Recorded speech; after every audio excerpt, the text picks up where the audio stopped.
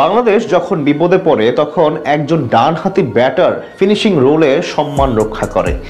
দলের প্রয়োজনে তিনি অফ ব্রেক বোলিংও করেন। আলাদা করে বলার প্রয়োজন নেই, এই খেলোয়াড়ের নাম মাহমুদুল্লাহ রিয়াদ। তবে তার বিদায় হতে না হতেই ঠিক এমনই এক ক্রিকেটার পেয়েছে টাইগাররা, যিনি ফাইনাল ম্যাচে বিপদে পড়া দলকে রক্ষা করেছেন, বুঝিয়েও দিয়েছেন মাহমুদুল্লাহ রিয়াদ হওয়ার সব গুণাবলী রয়েছে তার মধ্যে। তবে কে এই খেলোয়াড় জানবো রিপোর্টে। অল্পেই গুটিয়ে যাচ্ছে বাংলাদেশ, চোখে মুখে রাজ্যের হতাশা। কে এখন হবে ত্রাতা?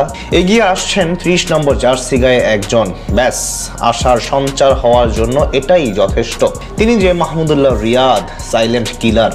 বিপাকে পড়া বাংলাদেশকে কতবার বাঁচিয়েছেন সেটার ইয়ত্তা নেই, অথচ সেই হিসেবে প্রাপ্য সম্মানটুকু পাননি তিনি।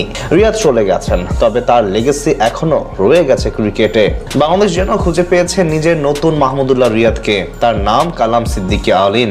কেন তাকে রিয়াদের সঙ্গে তুলনা করা হচ্ছে? তার পেছনে রয়েছে বেশ কিছু মিল।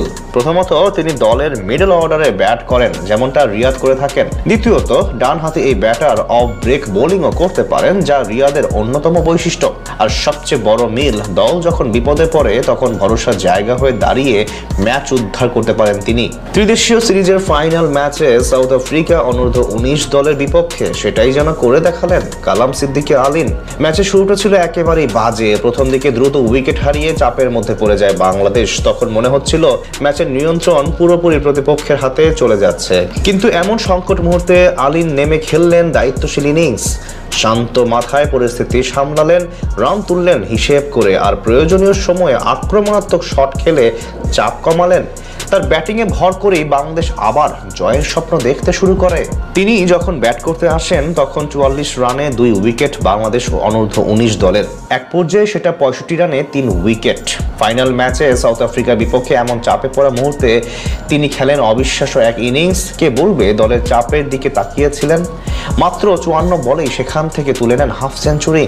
শেষ পর্যন্ত তার ইনিংস থামে 76 বলে 65 রান করে। তবে তিনি বিদায় নিলেও দারুণ এক সেঞ্চুরির জুটি গড়ে বাংলাদেশকে এনে দেন ফাইনাল ম্যাচে লড়াই করার সংগ্রহ।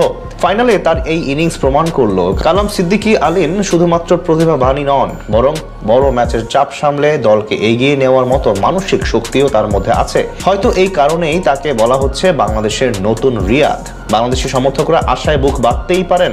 বয়স তো সবেমাত্র 18 বছর, এখনো পরিপক্ক হয়নি বয়সে। তবে ব্যাটিং করার ক্ষেত্রে কি দৃঢ়তা, যেন মনে হয় অবসর নেওয়া রিয়াদ এসেছেন কালাম হয়ে। যদিও মাত্র 18 বছর বয়সে এত বড় প্রত্যাশা করা একটু কঠিন, তবে আশা দেখতে অসুবিধা কোথায়?